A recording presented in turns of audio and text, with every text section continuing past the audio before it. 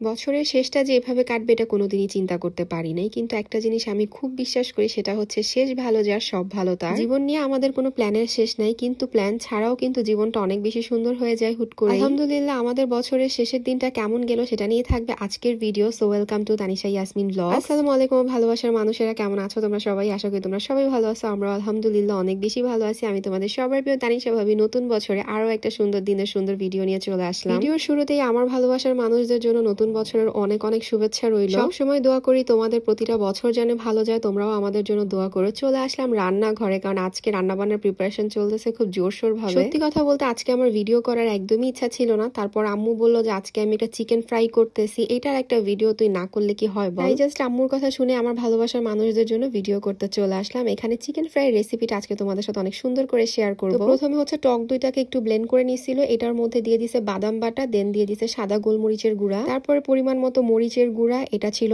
আদা বাটা, দেন দিয়ে দিতেছে ধনিয়া গুঁড়া। আমার নর্মালি রান্নার ভিডিও গুলা নেওয়ার সময় মশলার কথা একদমই মনে থাকে না। হ্যাঁ, লেবুর রসও দেওয়া হয়েছে, লাস্ট আমাদের শো স্টপার আম্মুর ম্যাজিক মশলা দেওয়া হয়েছিল। আর এটা হচ্ছে কস্তুরি মেথি, যেটা আম্মু নিজে হাতেই বানাইছে। দেন পরিমাণ মতো লবণ আর সরিষার তেল দিয়ে দিছে। এরপরে হচ্ছে মিক্স করার পালা, এটা দিয়ে আর কি চিকেনটাকে মেরিনেট করা হবে। কস্তুরি মেথিটা যখন দিছে, এটার থেকে এত সুন্দর একটি স্মেল বের হইতেছিল। আর চিকেনটা কিভাবে প্রসেস করে নিছে এটা তো তোমরা দেখেই বুঝতে পারতেছো। আম্মুর কাছে মনে হইতেছিল যে না, ওর পুরো ভেতর পর্যন্ত মশলা যাচ্ছে না, তাই আবার একটু কেটে কেটে দিচ্ছিল। দেন আমি চলে আসছিলাম ড্রয়িং রুম, আর আম্মু এসে বলতেছে আল্লাহ আমি তো একটা ভুল করে ফেলছি, সেটা হচ্ছে সয়া সস দিতেই ভুলে গেছে। পরে এখন আবার সয়া সস দিয়ে মিক্স করতেছে। আর এই মুরগিটাকে মেরিনেট করতে দিছি হচ্ছে দুপুর বেলাতে, আর এটাকে ফ্রাই করবো রাতের বেলাতে। বাট এটা নিয়ে একটা মজার কাহিনী হয়েছে, সেটা স্টেপ বাই স্টেপ তোমাদেরকে বলবো। আমার অবস্থা শুধু দেখো, আমি টায়ার্ড হয়ে গেছি, আর হঠাৎ করে দেখলাম যে আমার এই কানের যে গোল্ডের দুলটা ছিল সেটা খুঁজে পাইতেছি না। রাতের বেলায় হয়তো হারায় গেছে বা বিছানার মধ্যেই খুলে পড়ছে। একটা সুন্দর ভিডিও করার জন্য ক্যামেরা অন করছিলাম, কিন্তু আমার হাঁচি আর আমাকে সুন্দর ভিডিও করতে দেয় নাই। এখানে আমার ভাইয়ের রিলস এর ভিডিও শুট চলতেছিল। তারপরে আমি এদিকে ঘোরাঘুরি করতে করতে দেখলাম আমার ভাবি পাকা পাকা পেয়ারা টেবিলের মধ্যে কেটে সুন্দর করে সাজায় রাখছে, সেটাকে বিট লবণ দিয়ে খাইতেছিলাম। এরকম হালকা পাকা পেয়ারা গুলা খাইতে কিন্তু বেশ মজা লাগে। ইদানিং তোমরা আমার ডেইলি ব্লগ গুলাতে এত এত ভালোবাসা দিতেছো, আলহামদুলিল্লাহ। আমার শরীরে এক্সট্রা এনার্জি চলে আসছে আমার ভাবির মতো, কারণ ভাবি আজকে অনলাইনে অর্ডার করছে। তার আগে আমার আম্মুর আরেকটা মজার ভর্তার রেসিপি তোমাদের সাথে শেয়ার করি। এটা হচ্ছে সিম আর আলু ভর্তা, যেটার মধ্যে কোনো প্রকার পেঁয়াজ দেওয়া হয় নাই। মরিচটাকে সুন্দর করে মেখে নিছে, দেন সরিষার তেল ধনিয়া পাতা দিয়ে মাখায় নিতেছে। আর এরপরে সিমটাকে সিদ্ধ করে রাখছিল। এই সিমের সাথেই কিন্তু আম্মু কাঁচা মরিচও সিদ্ধ দিয়ে দিছিল কয়েকটা, ওইটাই তোমাদেরকে দেখাইতেছি ভিডিওতে। আর এই যে আলুটাকেও ম্যাশ করে রাখছিল, আর আম্মু বলতেছিল যে সিমের সাথে যে আলু ভর্তাটা দেওয়া হয়, মানে ম্যাশ করা আলুটা, এটা একটু আস্ত আস্ত থাকলেই কিন্তু ভালো লাগে খাইতে। আর যেমনটা বলছিলাম যে এই ভর্তার মধ্যে কোনো প্রকার পেঁয়াজ দেওয়া হবে না, কারণ এই ভর্তার মধ্যে দেওয়া হইতেছে কচি কচি পেঁয়াজের কালি। এবার জাস্ট হালকা করে মিক্স করতে হবে, কারণ পেঁয়াজ পাতাটা দেওয়ার পর এটাকে আর জোরে জোরে করে মিক্স করার কোনো দরকার নাই। এই ভর্তাটা একদিন বাসায় খায়া দেখো, অনেক বেশি মজা হয় ভর্তাটা। আমাদের বাসার সবাই ভর্তাটা অনেক পছন্দ করে। আর এখন আমরা সবাই মিলে বসে পড়ছি যে আমার ভাবি অনলাইন থেকে কি অর্ডার করছে সেটা দেখানোর জন্য তার জামাইকেও টেনে হিচড়ে বসাইতেছিল। এখানে ভাবি অর্ডার করছিল হচ্ছে হাঁস,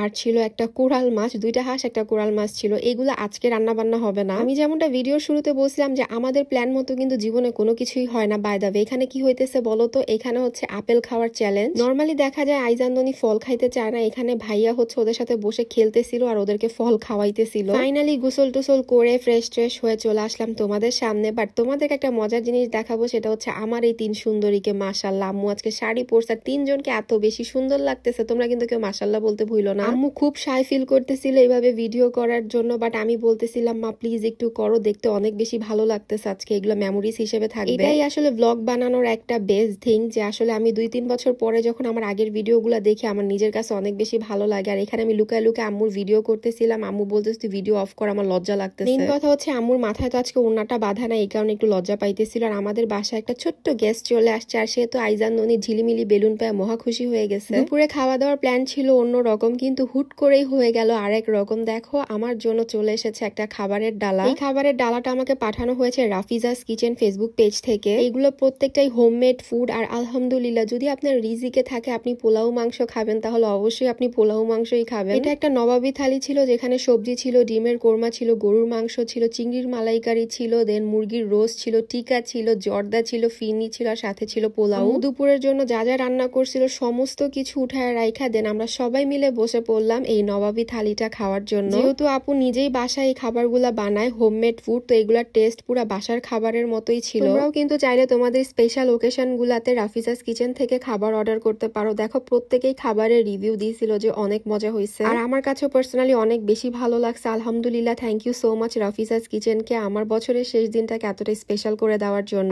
লাস্টলি আমরা খাওয়ার পরে বসে পড়ছিলাম ফিরনি আর জর্দা খাওয়ার জন্য। নর্মালি দেখা যায় বিয়ে বাড়িতে গেলে আমার ফিরনি আর জর্দাটা তেমন একটা ভালো লাগে না, বাট আপুর বানানো ফিরনি আর জর্দাটা বেশ মজাই লাগছিল। যে জিনিসটা আমি সব থেকে বেশি পছন্দ করি যে খাবার একটু মিষ্টিটা কম থাকবে, ওরকমই ছিল। সো সবকিছু মিলে খাবারের টেস্ট ওভারঅল অনেক বেশি ভালো ছিল। খাওয়া দাওয়া শেষ করে একটু রেস্ট নিতে গেছিলাম। আর ননি এখন পর্যন্ত শাড়ি চেঞ্জ করে নাই, আমি এটাই ভিডিও করে তোমাদেরকে দেখাইতেছিলাম যে আমাকে দেখো কেমন লাগতেছে। এই ফাঁকেই চলে আসছে আমার জামাই। বছরের শেষ আর নতুন বছরের শুরুতে আমার জামাই আমাকে কিছু গিফট করবে না তা তো হইতেই পারে না। সে আমার জন্য ছোট একটা গাছ নিয়ে আসছিল, এগুলো হচ্ছে লাকি ব্যাম্বু, আর এটা এত সুন্দর লাগতেছিল। যাই হোক, এখন বাজতেছে রাত 11:30 মতো, আর এইদিকে আমি রান্নাঘরে এসে দেখি আমার আম্মা সে বিশাল তাওয়া চুলার উপর পাতায়া দিচ্ছে। আমাদের আজকে চিকেনটা খাওয়ার কোনো প্ল্যানই ছিল না। পরে আমি আমার আম্মুকে খোটা দিতেছিলাম যে তুমি 2024-কে মেরিনেট করে আমাদেরকে কি খাওয়াইতে চাচ্ছ 2025-এ। আসলে আমরা দুপুরে এত ভারী খাবার খেয়ে ফেলছি যে রাতে আমাদের আর অন্য কোনো কিছুই খাইতে ইচ্ছা করতেছিল না। তারপরও আলহামদুলিল্লাহ আম্মু এটাকে চুলার উপর বসায় দিছে, বলতেছে সমস্যা নাই, তোরা ছাদে যে সবার আতশবাজি ফুটানো দেখে টেখে আয়, তারপরে এটাকে খাবি। আর আমিও এই সুবাদে চলে গেলাম আমার জামাইয়ের কাছে যে দেখো শ্বশুর বাড়িতে এসে তুমি কত মজার মজার খাবার খাইতে পারতেছো, কত লাকি তুমি। চিকেনটা কিন্তু হইতে থাকুক, এটা কিন্তু হইতে অনেক টাইম লাগবে। আর এই যে আমার জামাই লিপ জেল লাগায় আমরা সবাই চলে আসলাম এখন ছাদে। গতবারও কিন্তু বছরের শেষের দিনে আমরা সবাই মিলে ছাদে আসছিলাম এন্ড কেক কাটছিলাম, বাট এবার আর ওরকম কোনো কিছুই হয় নাই। বাট তারপরও আলহামদুলিল্লাহ 2024টা অনেক ভালোভাবেই কেটে গেছে। অনেক পাওয়া না পাওয়া তো থাকবেই জীবনে, কিন্তু এই পাওয়া না পাওয়ার মাঝখানে কোনো প্রকার আফসোস রাখা যাবে না। নতুনের অপেক্ষায় ভালো কিছু আসবে এই আশাতেই আমাদেরকে সামনের দিনগুলাতে পথ চলতে হবে। আমাদের জন্য দোয়া করো যাতে আমাদের সামনের দিনগুলো অনেক ভালোভাবে কাটে। আমিও তোমাদের জন্য দোয়া করি তোমরা যে যেখানে থাকো নিজের ভালোবাসার মানুষ, পরিবারের প্রত্যেকটা মানুষকে নিয়ে অনেক বেশি ভালো থাকো। অবশ্যই জানাও তোমাদের বছরের শুরুটা কেমন ভাবে কাটলো। তো এই যে দেখো আমরা নিচে চলে আসলাম, আর আম্মু কিন্তু ছাদে যায় নাই, শুধুমাত্র তার চিকেনটা চুলায় ছিল এই কারণে। চিকেনটা উঠানোর আগে এটার উপর একটু বাটার দিয়ে দিছিল। সত্যি কথা বলতে এই চিকেনটা যে এত বেশি মজা, তোমরা একদিন বাসায় বানায় খায়া আমাকে জানাবা যে হ্যাঁ সত্যি তানিশা আপু তোমার কথা শুনে এটা বানায় খাইছেন, এটা অনেক বেশি মজা ছিল। আর আমাদের তান্দুরি চিকেনের সাথে ছিল আমার ভাবির বানানো মরিচ আর রসুনের সস, যেটা এই খাবারটাকে আরো বেশি সুস্বাদু করে দিচ্ছে। সবকিছু মিলে বছরের শেষের দিনটা আলহামদুলিল্লাহ এত ভালো কাটবে, এত মানুষের ভালোবাসা পাবো এটা কোনোদিনই চিন্তা করি নাই। দোয়া করি সামনের বছরটাও যেন এভাবেই পরিবারের সবাইকে নিয়ে তোমাদের ভালোবাসায় ভালো কাটে। সবাইকে নতুন বছরের অনেক অনেক শুভেচ্ছা। দেখা হবে সামনের ভিডিওতে। আজকের মতো আল্লাহ হাফেজ।